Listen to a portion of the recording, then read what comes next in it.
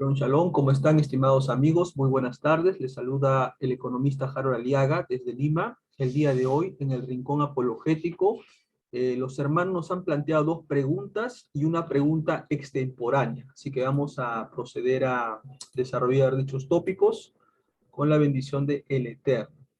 Bien, estimados amigos, en estos momentos sé que pueden ver ya mi pantalla y vamos a empezar a analizar las mismas. Estas preguntas, caballeros y damas, corresponden a dos grupos en los cuales tenemos la oportunidad de administrar. Uno de ellos es el Instituto RC de Teología y Ciencias Bíblicas, en las cuales estamos dando clases con el profesor Joseph, y la otra es el Instituto Virtual Moria, un grupo de WhatsApp bastante interesante. Bien, vamos rápidamente a entrar en materia. Primeramente, de Cuba nos hacen una pregunta el hermano Eliezer, y la pregunta es la siguiente. ¿Está prohibido marcarse o tatuarse en el cuerpo? Segunda pregunta. Incluso aunque sean con letras o símbolos hebraicos. ¿Qué pasa si tan solo es mediante grabados fáciles de eliminar? Bien, estimados amigos, primeramente necesitamos nosotros analizar estas preguntas, ya que tenemos que entender los contextos sobre los cuales vamos a analizar las cosas. ¿Sí? Entonces, nosotros notamos que muchas iglesias y centros de fe alegan de que tatuarse es malo, pero vamos a ver si realmente las escrituras hablan realmente de lo que es un tatuaje. Me refiero como tal, en el sentido que nosotros realmente lo conocemos el día de hoy. Entonces, para ello primero quiero examinar los versículos que hablan sobre el tatuaje y después vamos a ver si es una traducción correcta o de repente pues es una traducción bastante tendenciosa. Entonces, la única manera de averiguarlo es yendo a ver los pasajes en cuestión.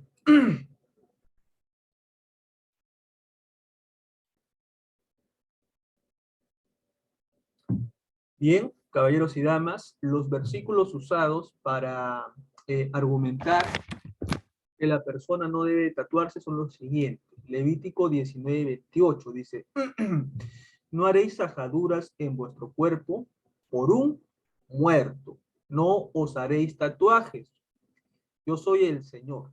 Levítico 21:5, no os harán tonsura en la cabeza, ni se rasurarán los bordes de la barba, ni se harán sajaduras en su carne. En Isaías 44:5, este dirá, yo soy el Señor. Otro invocará el nombre de Jacob, y otro escribirá en su mano, del Señor soy, y se llamará con el nombre de Israel. En 1 Corintios 3:16-17 dice, ¿no sabéis que sois templo de Elohim y que el Ruach Elohim habita en vosotros? Esa es la pregunta. Y si alguno destruye el templo de Elohim, Elohim lo destruirá a él, porque el templo de Elohim es santo, y esto es lo que vosotros sois. 1 Corintios 6:19-20 comenta, ¿no sabéis que vuestro cuerpo es el templo de la Ruach HaKodesh, que está en vosotros, de la cual tenéis de Elohim, y que no sois vuestros? Pues por precio habéis sido comprados, y por tanto glorificad a Elohim en vuestro cuerpo, en vuestra rúa, las cuales son de Elohim. En Apocalipsis 13:16-17 dice, y hace que a todos y pequeños, grandes y ricos, pobres y libres y esclavos, se les dé una marca en la mano derecha o en la frente, y que nadie pueda comprar ni vender, sino el que tenga la marca, el nombre de la bestia o el número de su nombre, en referencia a Apocalipsis. Apocalipsis 14:9-11 dice, entonces lo siguió otro mala, el tercero diciendo a gran voz, si alguno adora a la bestia o a su imagen y recibe una marca en su frente o en su mano, él también beberá del vino del furor de Elohim, que está preparado puro en el cáliz de la ira y será atormentado con fuego y azufre delante de los Malachim Kadosh y en presencia del Cordero.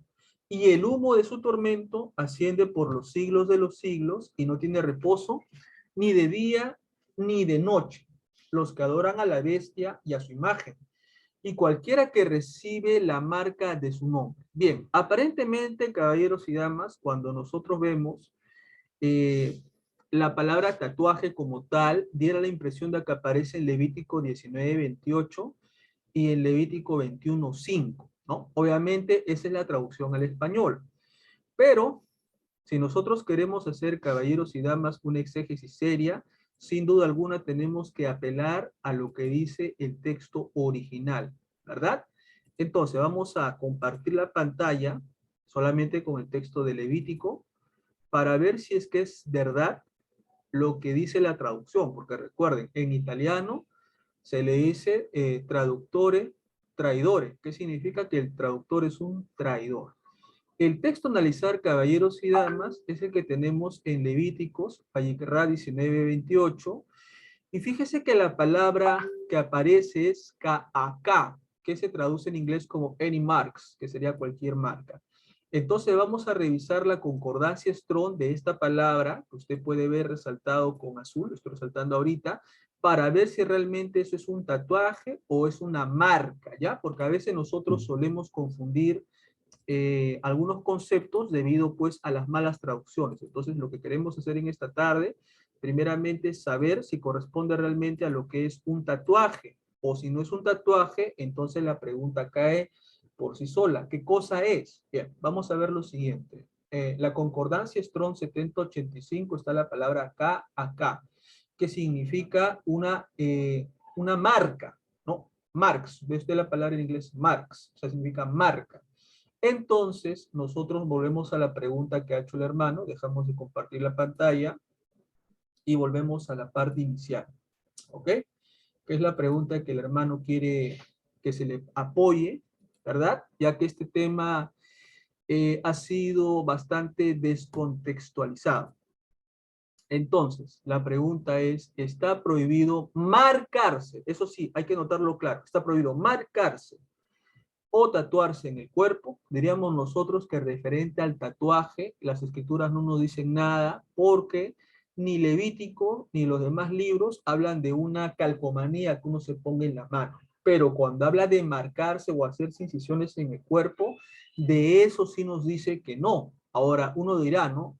Hermano, pero ¿por qué no? Bueno, vamos a revisar un poco la historia y yo le pido que usted también lo verifique. Los primeros en hacer tatuajes fueron los hombres de Neandertal. ¿Y por qué hacían los tatuajes los Neandertals? Porque los Neandertal enterraban a sus muertos y los tatuaban para hacerles unos elementos de protección. ¿Qué significa? Que los Neandertal en una vida después de la muerte pensaban pues de que era una manera de protegerles poniéndole incisiones en el cuerpo. Entonces, eminentemente no pertenece a la fe de Israel, ¿sí? Pertenece a otro pueblo. Ahora, si nosotros revisamos por qué en Levítico se dice que no te harás incisión por un muerto, es porque los pueblos colindantes con el pueblo de Israel sí se hacían incisiones en su cuerpo. Entonces, les recomiendo revisar a la cultura de Ugarit y de los demás pueblos que están en esa parte de Canaán y revisen sus costumbres. Entonces, respondiendo a la primera pregunta, ¿está prohibido marcarse o tatuarse en el cuerpo? Bueno, referente a marcarse, las escrituras sí dicen que no hay que hacer incisión en el cuerpo. Ahí estamos de acuerdo. Referente al tatuaje no dice nada. Por lo tanto, si las escrituras no dicen, nosotros no podemos hacerle decir lo que no dice, para comenzar. La segunda pregunta dentro de ese tópico que hace el hermano es, incluso si son con letras o símbolos hebreos. Bien, vamos a analizar dos puntos. Si se hiciera una incisión en la carne con las 4 letras, Yud Hei Vav Hei, ¿sería válido? La respuesta es un rotundo no, porque hemos revisado los pasajes y de lo que sí nos habla es de hacerse arañazos, incisiones, marcas. De eso sí no. Pero que la gente se ponga una calcomanía, de eso no nos dice nada. Ahora, aunque sea hebreo, aunque sea el nombre de Yeshua o el nombre de Adonai, las escrituras dice que no te hagas incisiones. Y si no te haces incisiones, entonces tú te estás obedeciendo a la palabra escrita. ¿Sí? No importa que tenga símbolos hebreos, símbolos acásicos, lo que sea, no se haga incisión porque eso es lo que hemos revisado, que dice las escrituras. Ahora dice, ¿y qué pasa si tan solo son mediante grabados fáciles de eliminar? Bueno, recordemos, la premisa es no hacer incisión, ¿correcto? Entonces, si no se hace incisión, la Torá no lo prohíbe, ¿sí? No prohíbe ponerse pues una calcomanía. Obviamente uno ya tiene que tener una formación y preguntarse, actualmente, ¿sí? ¿Quiénes son los que se suelen hacer tatuajes? ¿No? Generalmente en las sociedades quienes suelen hacerse tatuajes, me refiero en el sector bajo, son la gente que está en las cárceles, en las prisiones. También personas que cantan pues música secular, llámese el rock, los futbolistas, ¿no? Por ejemplo, acá en el caso del Perú, me parece que el futbolista Gianluca Lapadula, no sé si en Chile, en Argentina, otros países también se tatuará, pero al menos yo he visto a un futbolista peruano acá en mi país que sí se tatúa. Entonces, a la pregunta del hermano, sería una respuesta única. No se puede ni se debe hacer incisiones en la carne. Está prohibido. Hemos revisado Levítico, Corintios, etcétera. O sea, incisión, una marca como tal, eso no. Pero si la persona se tatúa, me refiero, se pega una calcomanía o no, no, eso ya queda a criterio de cada persona, ¿no? En lo personal, por la formación que tengo, no lo aconsejaría.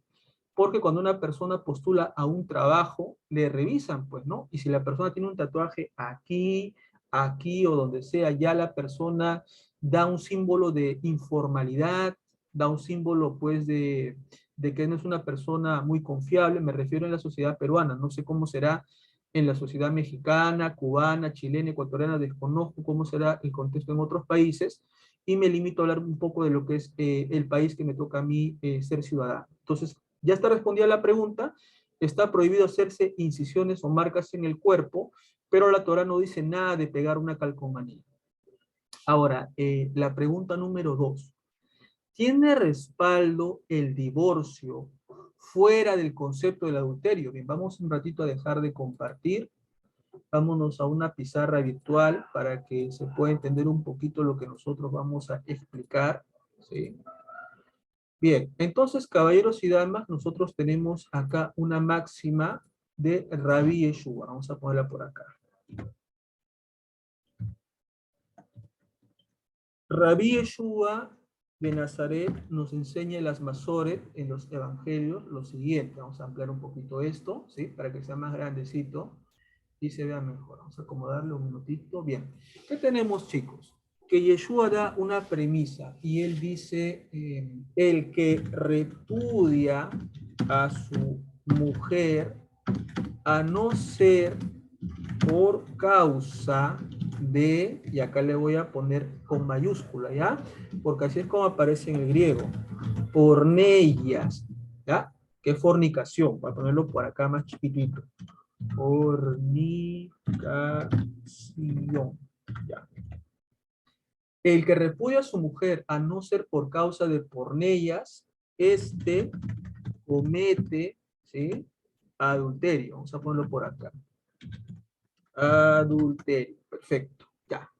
Entonces, a la pregunta del hermano, vamos a poner acá a una pareja, vamos a poner ya con otro color para que se pueda notar, ¿sí? Vamos a poner acá a Mario, no, vamos a suponer un nombre llamado Mario, ¿sí? Ok. Ponemos, digamos, el matrimonio entre Mario y Jacinta, ¿ya? Vamos a cambiar de color esto para que se pueda notar lo que queremos resaltar acá. Bien. Entonces, vamos a suponer, en este ejemplo hipotético, sin hacer alusión a ninguna persona que pueda tener esos nombres, lo siguiente, ¿no? Si Mario le pega, vamos a poner acá a su mujer, le pega, no, otro color indicando.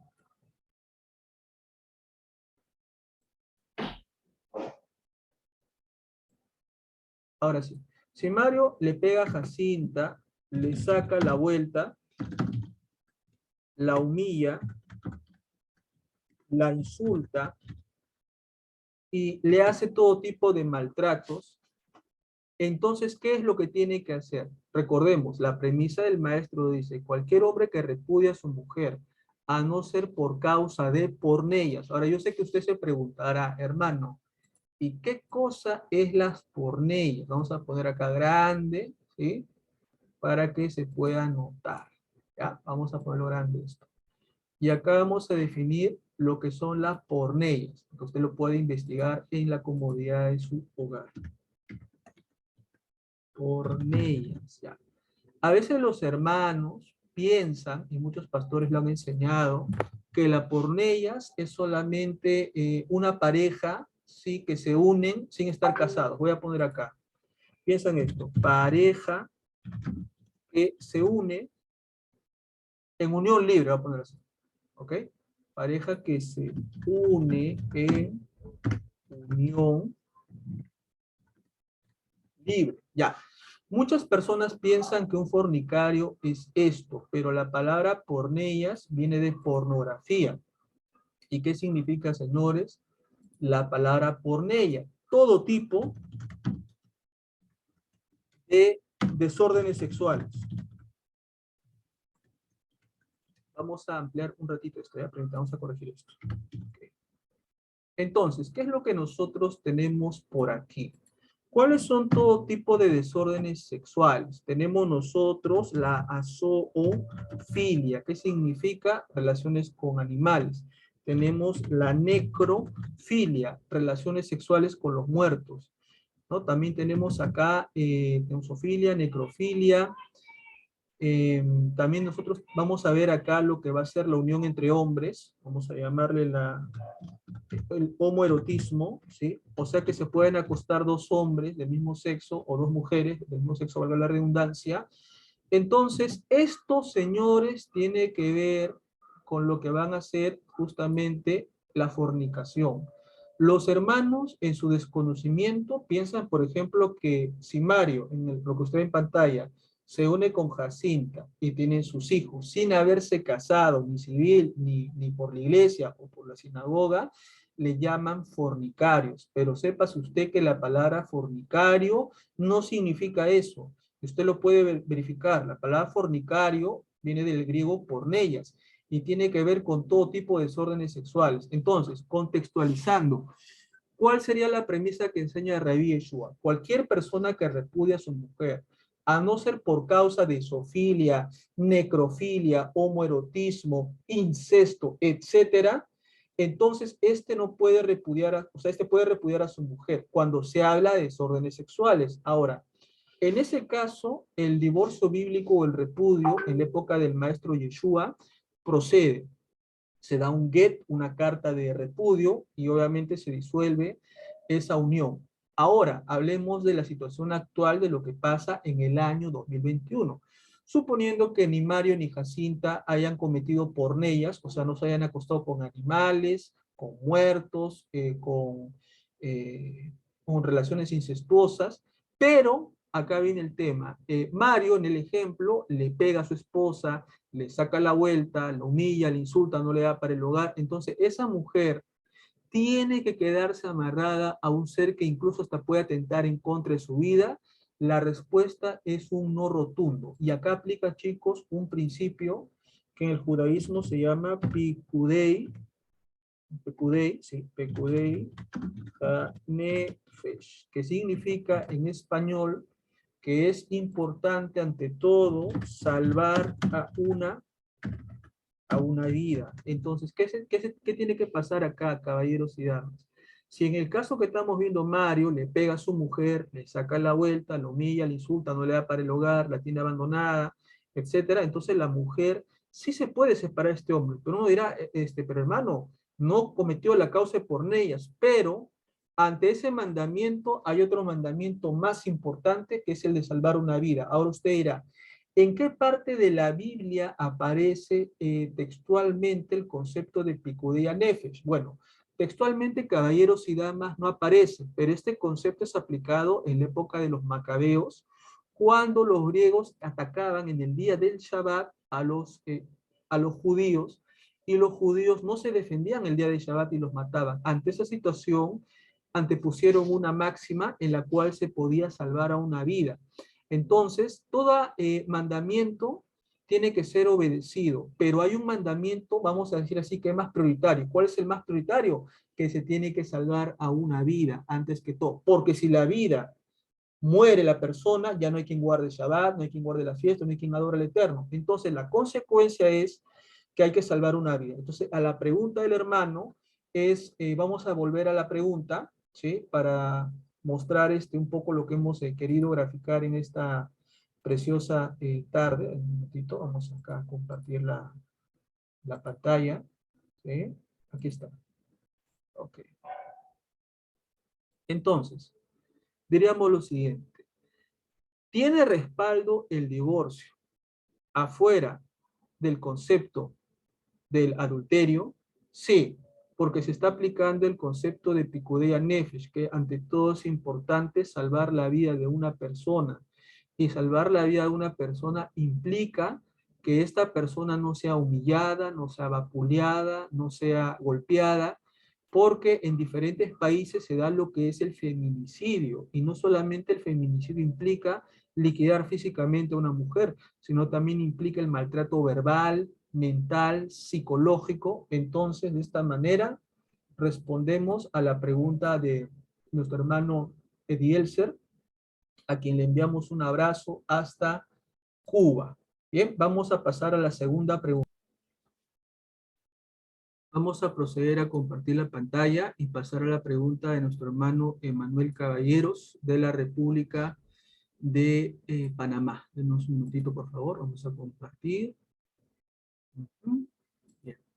Primeramente saludamos a todos nuestros hermanos panameños que nos acompañan en el grupo Moriá y también en los otros grupos. Bien, la pregunta del hermano Emanuel Caballeros de la República Panameña es la siguiente. Son 3 preguntas. Vamos a analizarlas punto por punto, porque son preguntas bastante importantes. La primera dice, profesor, ¿cómo se explicarían los versículos que adjudican a Yeshua la única puerta al mundo por venir, en contraste con el judaísmo que lo niega? Ya, esa es la primera pregunta. Vamos a leerla. La segunda, ¿acaso necesita un judío aceptar a Jesús, como dicen los cristianos, para ser salvos? Y la tercera pregunta dice, en este caso, según lo que el propio Rabí Yeshua declara de sí mismo, pareciera hacerle indispensable para el mundo por venir, por lo cual un cristiano acertaría en declarar al pueblo de Israel como carente de salvación, a menos que acepten al Jesús cristiano. Bien, vamos a regresar un poquito acá.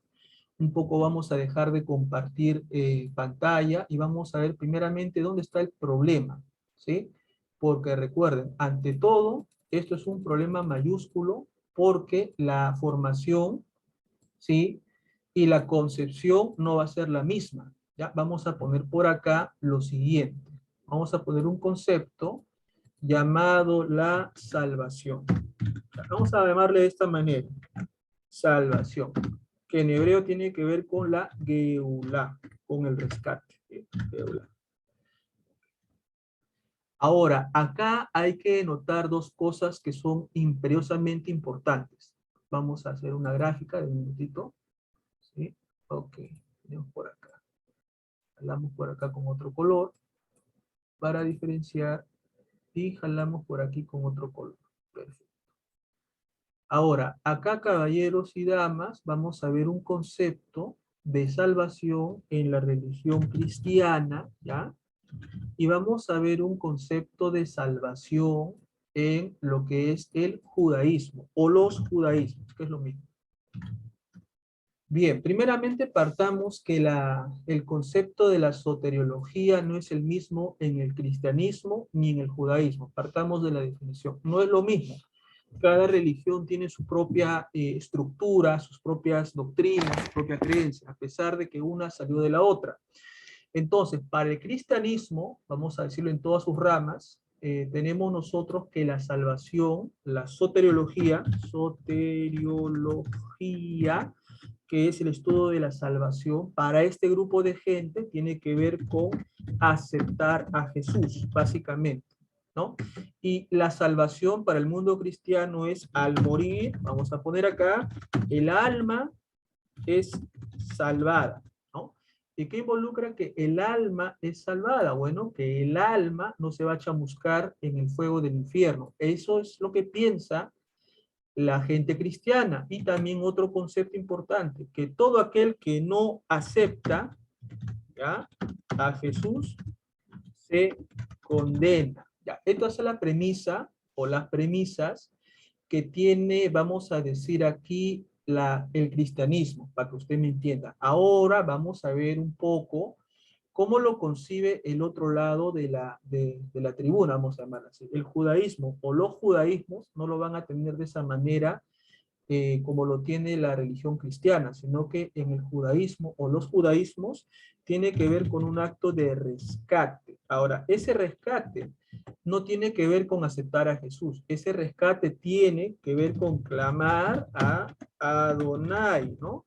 Tenemos nosotros el caso de los salmos, en las cuales pues el rey David se encomienda al único Dios verdadero. Ahora, la salvación se da en el día a día, o sea que la salvación la ejecuta Dios en cada momento de tu vida. No significa que cuando te mueres el alma recién se va a salvar, no, no tiene nada que ver con eso, se da en el día a día.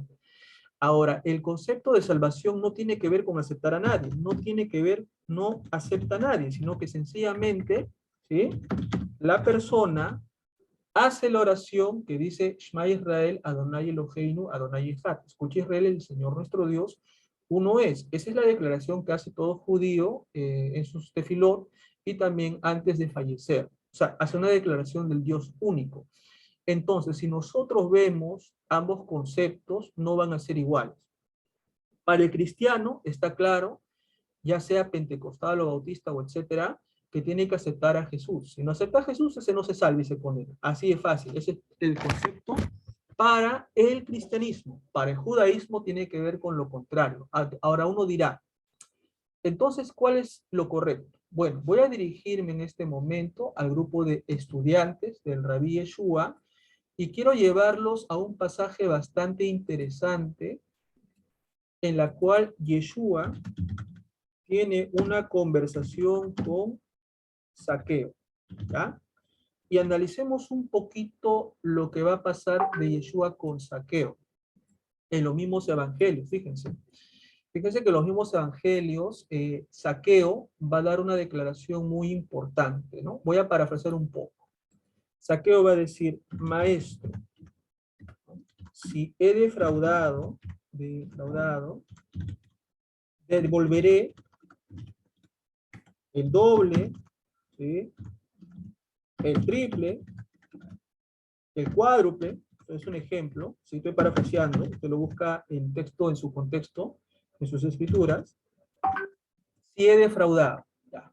A raíz de esta declaración, fíjese lo que va a decir nuestro Santo Maestro Yeshua. Voy a ponerlo con rojo. Dice, la salvación, ¿sí?, ha llegado a esta casa. Y ahora voy a ponerlo con otro color, ¿sí?, para que se diferencie.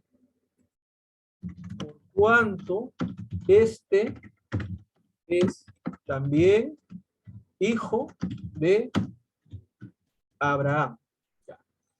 Entonces, si nosotros analizamos el concepto de salvación, no para el apóstol Pablo, recuerde, Pablo tiene otra teología distinta. Para el judío Yeshua, el concepto de salvación tiene que ver con el acto de la teshuvá, con el acto del arrepentimiento, porque esto es lo que está mostrando Zaqueo. Ahora, si usted quiere otro texto más que le pueda ayudar a pensar en el pensamiento del judío Yeshua, recuerde la parte en la cual el maestro se acerca al hombre rico. Y el hombre rico le dice, maestro, ¿qué he de hacer para alcanzar la salvación? Y el maestro le dice, ¿los mandamientos de Dios conoces? Le pregunta. Y el maestro dice, honra a tu padre y a tu madre, ama a tu prójimo, etc. Por no decir, cita los 10 mandamientos, para que usted me entienda, los 10. Y el hombre rico le dice, maestro, todo eso lo he guardado desde mi juventud. Entonces Yeshua, conociendo que el hombre no era sincero, porque el maestro era un jajam, le dice, está bien, entonces vende todo lo que tienes y sígueme. Si usted analiza esa porción, está claro que para Yeshua la salvación no tiene que ver con aceptarlo a él como tu único Señor y Salvador, no tiene que ver con una muerte en la cual el alma recién va a ser rescatada, sino tiene que ver con la fe de Israel, porque recuerde, Yeshua, o Jesús, si le quiere llamar usted así, es un judío. Y un judío no tiene un concepto platónico, como más adelante lo va a mostrar el apóstol Pablo, sino es un judío eminentemente un hijo de su época, que enfoca en los mandamientos y enfoca también en lo que va a ser el acto de la Teshuvá, el arrepentimiento, que es lo que usted está viendo en el caso de Yeshua con Asaqueo. Entonces, voy a dejar de compartir, me voy a retornar a la pregunta del hermano Emanuel Caballeros, desde la República Panameña, un minuto. Vamos a ver. Bien. Entonces, eso sería un poco para nosotros comenzar a cavilar, primeramente, que el concepto de salvación en el mundo cristiano nunca va a ser igual que en el judaísmo. Son dos conceptos completamente diferentes. Cada uno camina una vía distinta. Y de hecho, los hermanos que desean profundizar en qué momento se rompe esa fe nazarena y nace el cristianismo griego y el judaísmo talmúdico, los invito al curso que vamos a dar pagado. Obviamente es un curso que cuesta $20 a $25, con el profesor José. Son las inscripciones. Ahí vamos a dar el detalle de cómo se da el rompimiento, cómo surge esto y aquello, etcétera. Acá solamente estamos compartiendo conceptos generales. Entonces, ¿cómo se explica versículos que adjudican a Yeshua la única puerta? Bueno, vamos a ver esos versículos, ¿sí? Y vamos a analizarles en su real contexto, ¿sí? Porque recuerde usted, un texto fuera de su contexto solamente sirve para lo que es un pretexto. Entonces vamos a revisar un poco eso, vamos a tener paciencia, ¿ya? Y vamos a revisar lo siguiente. Bien, vamos a ver el primer pasaje que va a ser interesante. Quiero irme directamente a Marcos, porque Marcos va a ser un poco el más, vamos a decir así, lo que va a causar más controversia. Lo de Mateo ya lo conocemos. Voy a irme justamente primero a Mateo, ya, ok, voy a irme a Mateo 1:21, dice. Y dará a luz un hijo y llamará su nombre Yeshua, porque él salvará a su pueblo de sus pecados. Mateo 1:21. Pero el nombre de Yeshua o Yehoshua significa Adonai salvará. O sea que el que hace la salvación no es el maestro. El que hace la salvación es el Padre eterno. Y acá viene, caballeros y damas, un concepto muy importante trabajado por el doctor Dan Ben Abraham, que se llama el concepto de la agencia divina. En el concepto de la agencia divina, el Eterno elige a un representante para manifestar su presencia y su autoridad por ese representante. Tiene usted el caso de Noah, ¿no? En la generación prediluviana, en la cual el Eterno usa a un sádic de esa generación para iluminar aquel momento. En el periodo de Abraham, el Eterno utiliza a Abraham, un sádic, para hacer la lámpara en su tiempo. Y así podríamos ir con Moisés, etcétera, hasta llegar pues a la época exílica, posexílica, y en este caso el Eterno levanta a Rabí Yeshua con autoridad para que él sea su delegado, ¿sí? Entonces el maestro no es un Dios hecho carne. El maestro solamente es un enviado, un delegado, un mensajero. ¿De quién? Del Padre Celestial. Para que usted me entienda, ¿quién es el Rey de Reyes y Señor de Señores? Adonai. ¿Quién es su siervo? Su amado, el Mesías. Entonces, ¿qué hace el Eterno? Salva a mi pueblo de Israel. Entonces, el Mesías es como ese mensajero que dice, la salvación tiene que venir al pueblo de Israel. Entonces, Yeshua no es el amo es Adonai. Yeshua solamente es su siervo, y ya. Entonces, cuando nosotros entendemos qué significa el nombre de Yeshua, en esencia, no es él el que hace la salvación, sino Adonai Sebaot.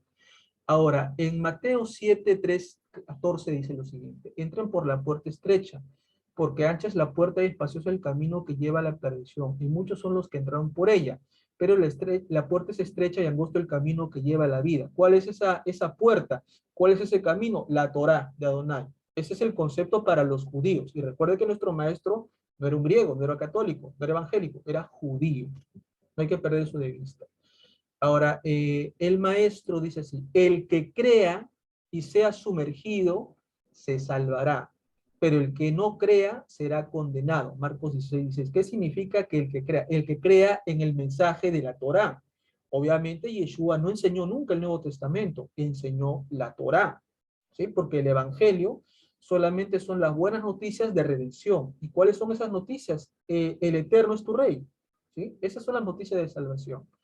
Ahora, ¿y por qué es tener que ser sumergido? Porque al ser sumergido formaban ellos parte de esa comunidad, llámese la comunidad nazarena, y fíjese que en Yom Kippur tenían que ser sumergidos para, obviamente, prepararse para los días que venían en el Yom Kippur. Entonces tiene mucho sentido. Lucas 1, 68, 69. Bendito sea el Señor. Fíjese, coma, Dios de Israel, ¿m? Porque ha venido a redimir a su pueblo. Nos ha levantado a un poderoso Goel en la casa de David, su siervo, un salvador. Fíjese que no confunda usted al amo del universo, Adonai, con su siervo, el Mesías. No lo confunda.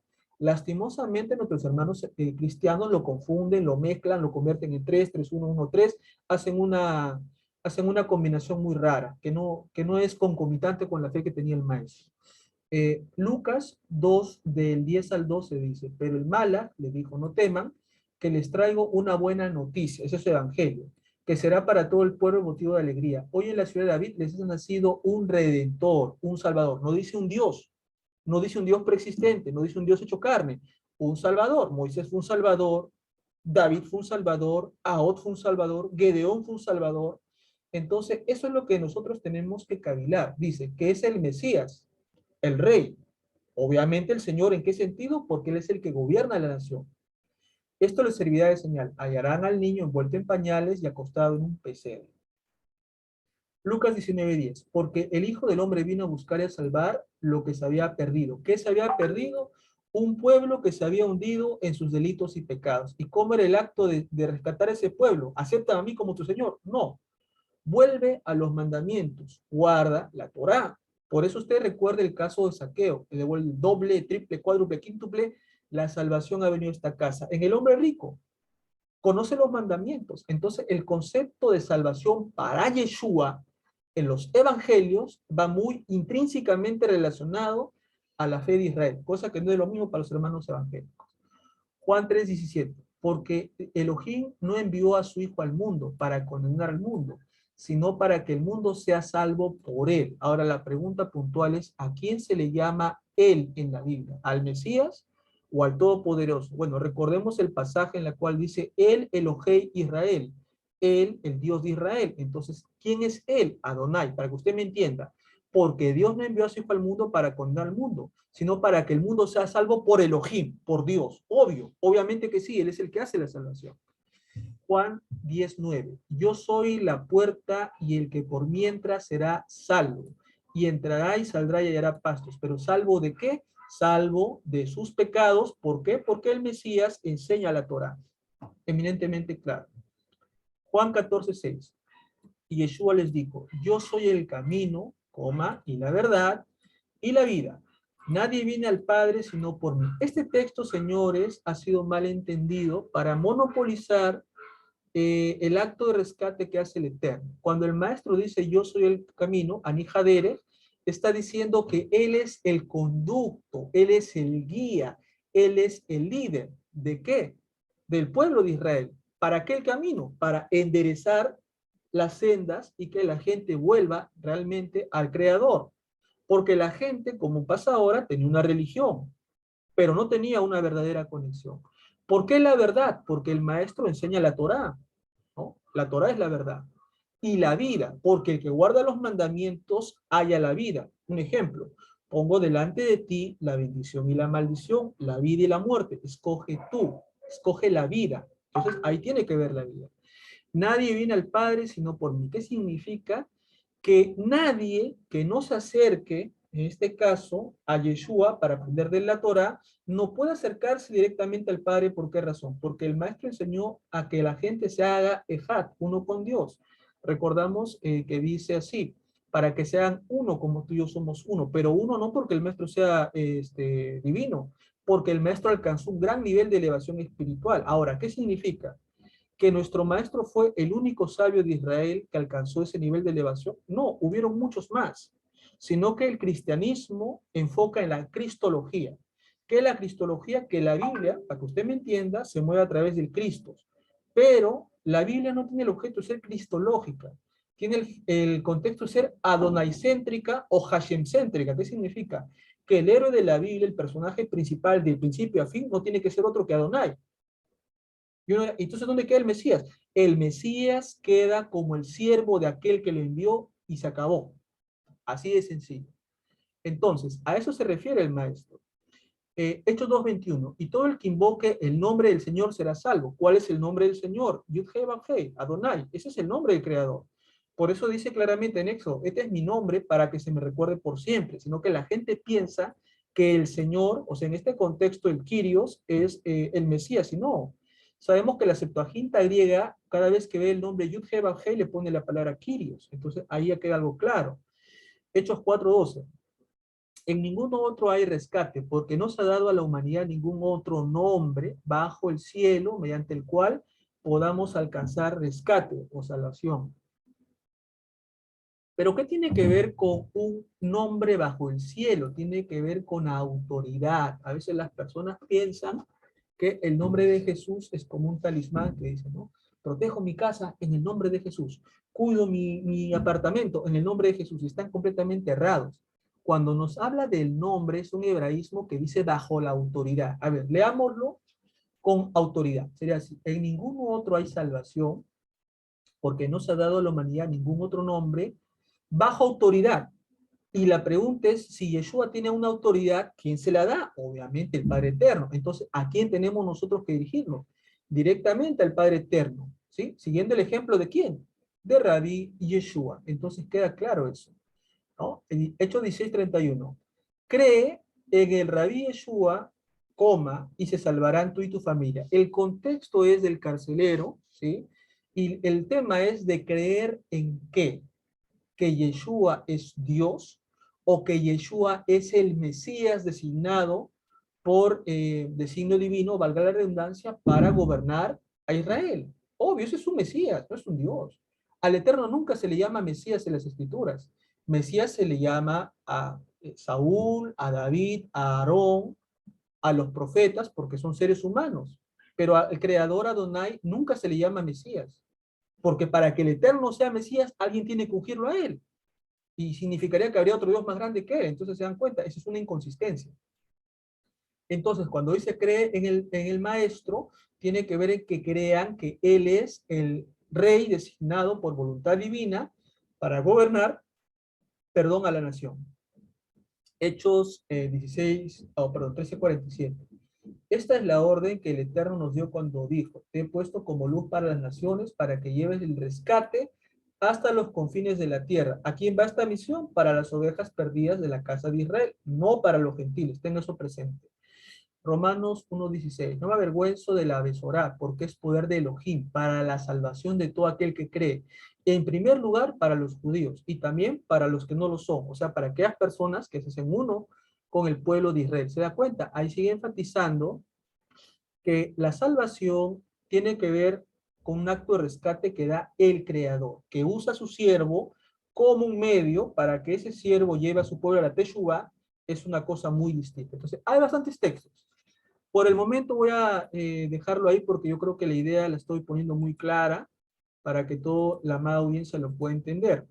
Entonces, cuando el hermano Caballeros nos pregunta lo siguiente, ¿cómo se explican los versículos que adjudican a Yeshua la única puerta al mundo por venir? Eso, Emanuel, es desde el punto de vista del cristianismo, desde el punto de vista de la fe del judío Yeshua, el que es la puerta, vamos a decir así, el que abre la puerta es el Eterno. El Mesías es solamente un guía y nada más, sino que los textos que hemos revisado, y hay muchos más, convierten al Maestro en un Dios. ¿Por qué? Porque es una visión cristocéntrica, en la cual el Cristo es el centro de la fe de Israel, cuando no es el Mesías el centro de la fe, sino el Creador eterno. Entonces, ya respondimos a la primera pregunta. La primera pregunta tiene que ver con el mal entendimiento de los hermanos al agarrar textos mutilados y no entender quién es Él en las Escrituras. En la segunda pregunta, ¿acaso necesita un judío aceptar a Jesús, como dicen los cristianos, para ser salvos? Esto es un rotundo no. Porque ¿qué pasó, digámoslo así, mis amados amigos y hermanos, con todos aquellos judíos anteriores al maestro? Por ejemplo, en el caso de Juan el Bautista, ¿acaso Juan el Bautista dijo, yo te acepto como mi Señor y mi Salvador para que me salves? Jamás. Busca usted los evangelios. No lo aceptó. Me refiero a la declaración de fe que usan las iglesias. O sea, Juan mandó a dos personas para que pregunten si era él el Mesías, pero en ningún momento dijo, sí, yo te acepto como mi Señor y mi Salvador. Eso no hay. Eso no hay. Entonces, ¿qué conclusión podríamos nosotros sacar?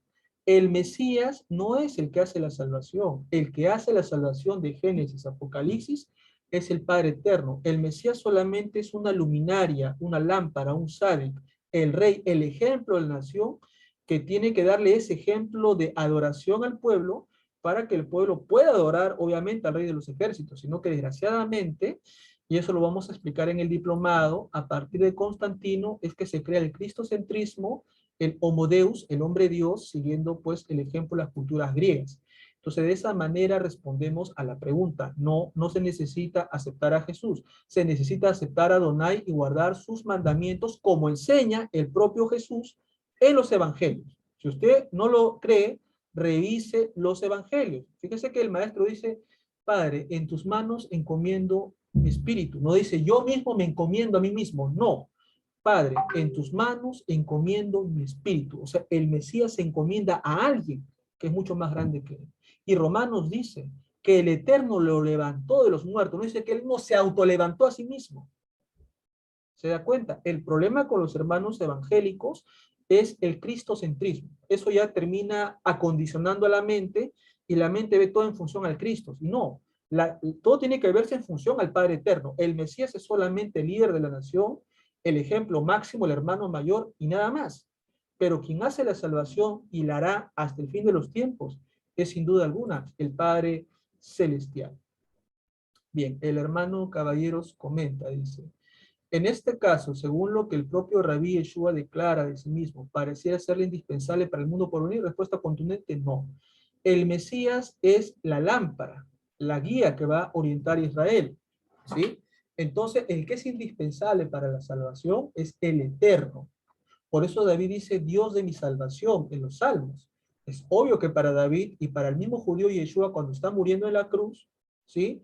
Dice, en tus manos encomiendo mi espíritu. El Mesías se encomienda. Y cuando la mujer lo quiere tocar, dice, no me toques, porque todavía no ha ascendido a mi Padre. ¿Mm? ¿Se da cuenta? Porque el Mesías está por debajo de alguien que está muy arriba de él, que es el Eterno. Y es más, los evangelios en una parte dice que finalmente el Mesías se sujetará al Eterno, y eso está completamente bien, porque el Mesías no es Dios, el Mesías es un servidor de Dios, es el representante de Dios, pero no es Dios. Si usted cree que el Mesías es Dios, entonces Aarón hubiera sido Dios, David hubiera sido Dios, Saúl hubiera sido Dios, porque todos ellos han sido Mesías, han sido ungidos con el aceite, ¿verdad que no? Entonces, ¿cuál es el problema que han tenido nuestros hermanos cristianos? La herencia católica, los padres de la iglesia, el platonismo griego, todo ese tipo de conceptos que ha venido arraigado, es que los hermanos nunca se han preguntado realmente cuál es la fe del judío Yeshua. Que cuando usted investiga la fe del judío de Yeshua dejando fuera a Pablo, porque fíjese que Pablo viene después y Pablo nunca tuvo una conexión uno a uno con el maestro, me refiero a diferencia de los otros apóstoles, sino que el caso de Pablo es distinto, que ya lo hablaremos en algún momento, en esta conversación, porque hablar de Pablo es otro tema, solamente decir lo siguiente, que la fe del Mesías Yeshua es la fe de un judío de la época del Segundo Templo. Y si nosotros decimos ser sus discípulos, tenemos que guardar la fe que Él guardó, guardar el día que Él guardó, guardar las fiestas que Él guardó, porque si no, no seríamos sus discípulos, seríamos cualquier cosa, menos eso. Bien, entonces vámonos a la última pregunta. Nos han mandado la pregunta por audio, ¿sí? Lo voy a poner por acá, no lo voy a compartir, solo voy a poner el audio para escuchar la pregunta del hermano Jonathan Pereira. El hermano Jonathan es de la República Argentina y plantea una pregunta en función a la crítica textual y a las ciencias bíblicas. Entonces voy a buscar, un minutito por favor, respetable público, voy a buscar el audio del hermano y le voy a poner volumen máximo. Acá está. Voy a subir el volumen máximo para que usted escuche la pregunta del hermano para proceder después a responderle de una manera satisfactoria. ¿Cómo estás, hermano? ¿Todo bien? Bueno, mira, tengo una consulta por el hecho del estudio crítico, analítico de muchos expertos acerca de Yud-Heh, Vah-Heh o Yahvé. Según dicen que es una deidad madianita del sur, ¿no? Que incluso se le presenta a Moisés fuera de Jerusalén, en el sur. Y otros dicen que es como un sincretismo entre él y Baal, ¿no? Entonces digo, es en esta deidad en la cual debemos depositar nuestra fe, porque si no mal entiendo, después va a ser eh, el Dios de los israelitas según Josías, ¿no? Bueno, la pregunta del hermano Jonathan Pereira, de la República Argentina, caballeros y damas, va enfocada en el marco de lo que es la crítica textual y las ciencias bíblicas. Primeramente vamos a compartir una pizarra virtual para poner algunos conceptos que tendrían que ser muy básicos de nosotros entender. Bien, hablemos primeramente del nombre del creador. El nombre del creador bendito viene dado por 4 letras, ¿sí? Vamos a ponerlo por acá. Bien. En el español serían estas las 4 letras que connotarían al nombre divino, ¿sí? Ya. Cuando nosotros hagamos un estudio, caballeros y damas, hay que diferenciar 2 cosas, ¿sí? Una cosa son las ciencias bíblicas y otra cosa es la emuná. Entonces vamos a poner por acá. Ciencias bíblicas, ¿sí?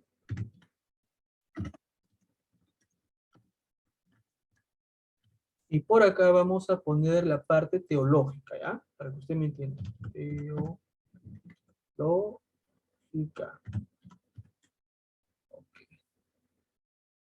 Entonces recuerden, señores, no podemos ni debemos mezclar estos 2 campos. Estos 2 campos son completamente diferentes. Cada uno tiene un campo de acción distinto.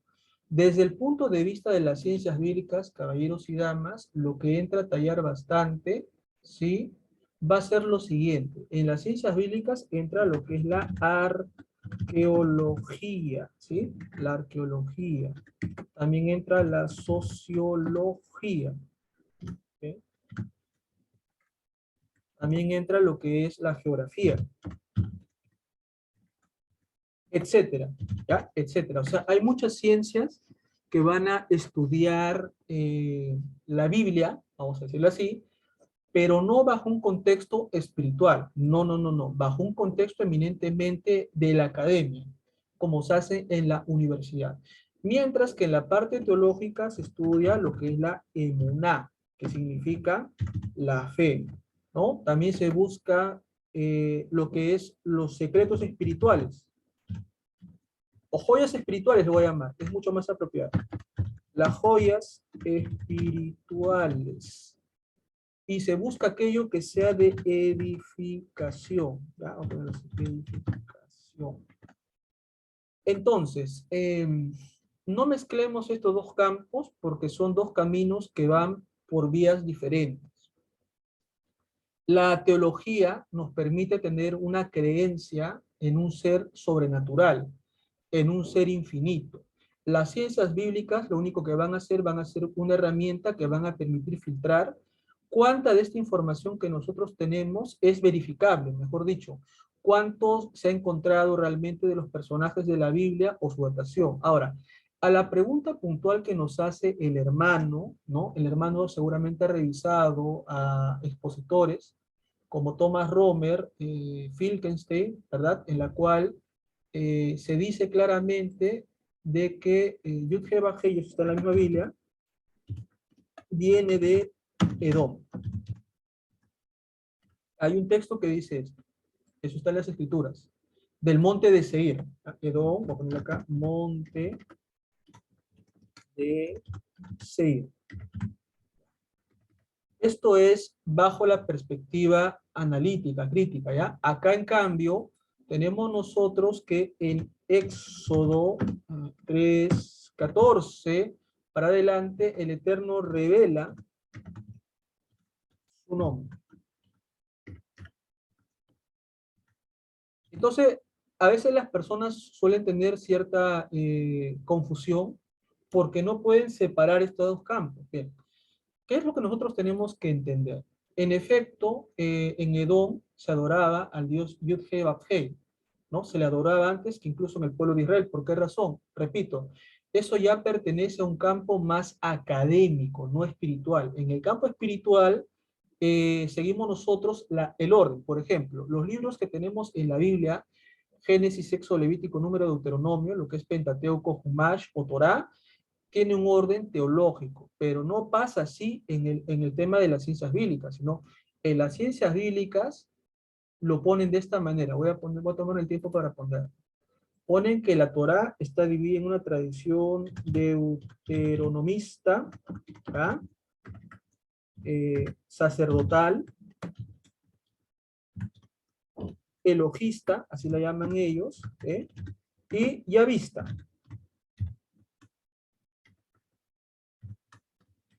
Mientras que acá en la parte teológica pues comienza con Génesis, Éxodo, Levítico, ¿sí?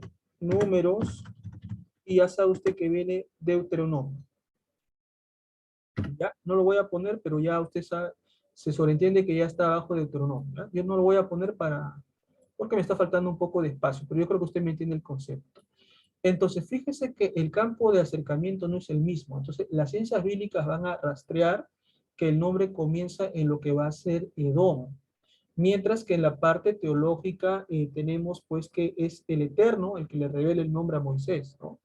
Pero lógicamente desde el Génesis capítulo 4, los hijos de Caín comienzan a invocar el nombre de Yuhebahei.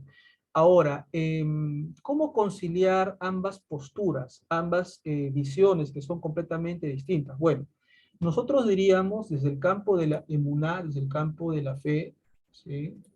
Que tenemos nosotros un Dios poderoso, ya lo sabemos todos. Si nosotros le damos un nombre, ¿sí? Le ponemos un nombre, ¿qué le estamos haciendo a Dios? Lo estamos definiendo.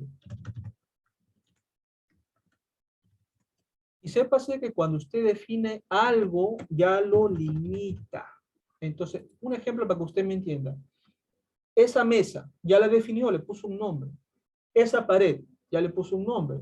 Esa cortina, ya le puso un nombre. Ese gato, ya le puso un nombre. Entonces, cuando usted le pone el nombre a algo, ya lo delimita y ya no es infinito, sino es finito. Entonces, nosotros, ¿sí? No le ponemos nombre al creador porque algunos hermanos le llaman G, puntos suspensivos, otros le llaman Ya, puntos suspensivos, pero al darle el nombre ya lo limitan, lo comprimen, y de ser un Dios infinito lo vuelven un Dios chiquitito, porque recuerde, cada vez que usted le pone nombre a algo, lo delimita. Ahora, si bien es cierto, el Eterno dice que este es mi nombre por el cual se me recordará para siempre, sí que es un nombre extremadamente sagrado, ¿no? Que uno puede usar, vamos a decir, atributos, filtros, ¿no? Padre eterno, bendito sea, porque fíjese que Yeshua nunca le dijo al Eterno ya, no, ni Geo tampoco le dice, solamente le llama Padre. ¿No? Utiliza una vinculación muy importante. Entonces, lo primero que hay que analizar acá es que no le podemos dar nombre, porque si ya le ponemos nombre, ya lo delimitamos y hace eso chiquito al Eterno, ¿no?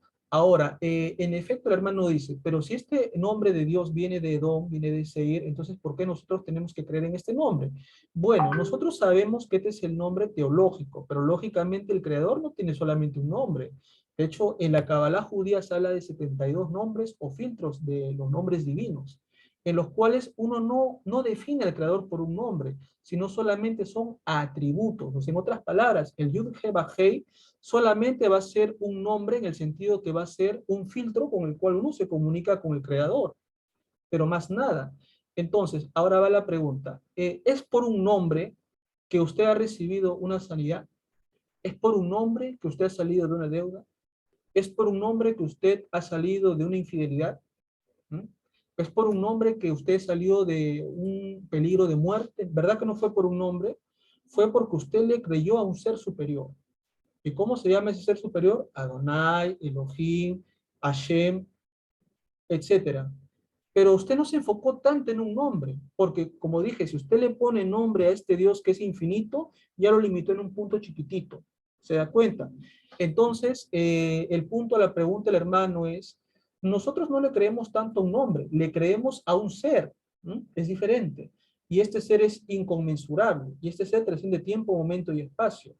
Entonces, más que enfocarnos en el nombre, tenemos que enfocarnos en la esencia, en lo que el Eterno nos plantea como relación que tenemos con Él.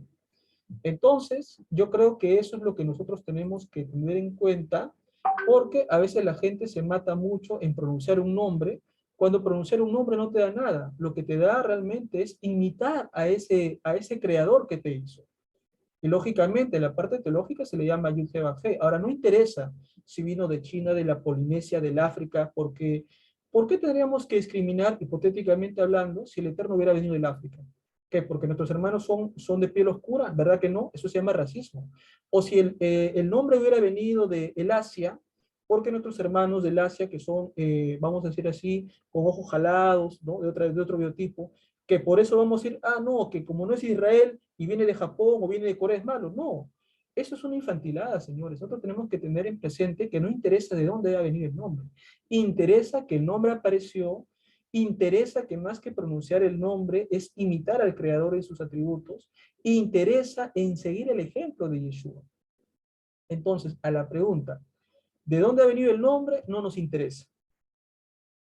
Lo que nos interesa es obedecer a aquel que nos amó y nos rescató de esa vida que teníamos. Entonces, de esa manera, estimados amigos, concluimos las preguntas y respuestas, invitándoles al rincón apologético y comentarles nuevamente, voy a tomarme unos minutos, para promocionar el curso que ya vamos a dar en breve.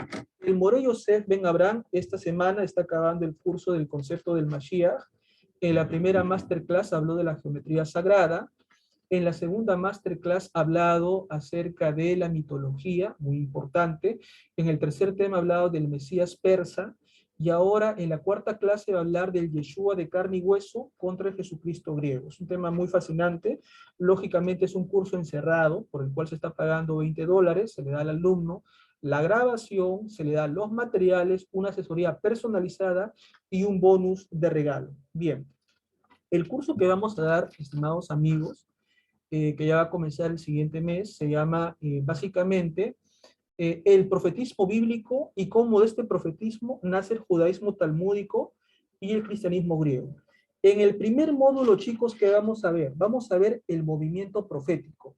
¿Qué temas vienen en el movimiento profético? Profetismo, profetas en la época premonárquica, profetas en el periodo de la monarquía, los profetas escritores y el libro de Daniel, que ha sido muy mal entendido y mal enseñado por las iglesias.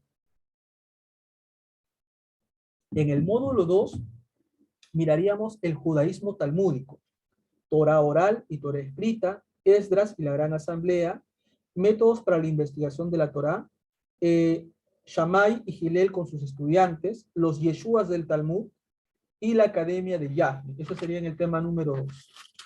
En el tema número 3 miraríamos lo siguiente. Las enseñanzas de Yeshua el Cabalista. ¿Qué significa odres nuevos? ¿Qué significa carne y sangre? ¿Qué significa antes que fuese Abraham, fui yo? ¿Qué significa que no sepa tu mano izquierda? ¿Qué significa y conoceréis la verdad? Esos son los temas que vamos a tocar en el módulo 3. En el módulo 4 hablaremos del Yeshua histórico, al Cristo de la fe. En el primer tema, teología de los misterios de la vida de Yeshua. El segundo tema, reflexión de la comunidad en los primeros tiempos. Tercer tema, dogmática cristológica. ¿Puede acaso Dios ser hombre? En el cuarto tema, el Yeshua histórico contra el Cristo de la fe. En el módulo 5 miraremos lo siguiente: el nacimiento del cristianismo griego, el movimiento nazareno hasta la redacción del Nuevo Testamento, los primeros debates, trinitarismo, unicitarismo, etcétera, los movimientos de la gnosis, los gnósticos, el triunfo del cristianismo paulino y la redacción del canon del Nuevo Testamento. Esos son los temas, estimados amigos, que vamos a tocar en este curso que dura 5 masterclass con los temas que le hemos indicado. El costo va de 20 a $25 en función a las personas que se matriculen primero. Las personas interesadas se comunican con el Moré Yosef Ben Abraham o con mi persona para darles información sobre esto. Entonces vamos a dar esos 5 módulos que no han sido dictados antes en América Latina y que a usted le va a permitir ampliar no solo su conocimiento, sino entender ese eslabón perdido que justo nos preguntaba el hermano Emanuel. ¿Por qué muchos cristianos no saben realmente dónde surge la fe? ¿O cómo se rompe aquí y allá? ¿O qué principios utiliza el Rabí Yeshua? Eso lo vamos a estar explicando en las clases. Entonces, agradeciéndoles a todos la sintonía, su interés, les mandamos un abrazo sincero de acá de Lima, Perú, y que Adonai de los ejércitos les bendiga. Así que un abrazo, nos vemos, hasta una próxima oportunidad. Shalom, be leitrao.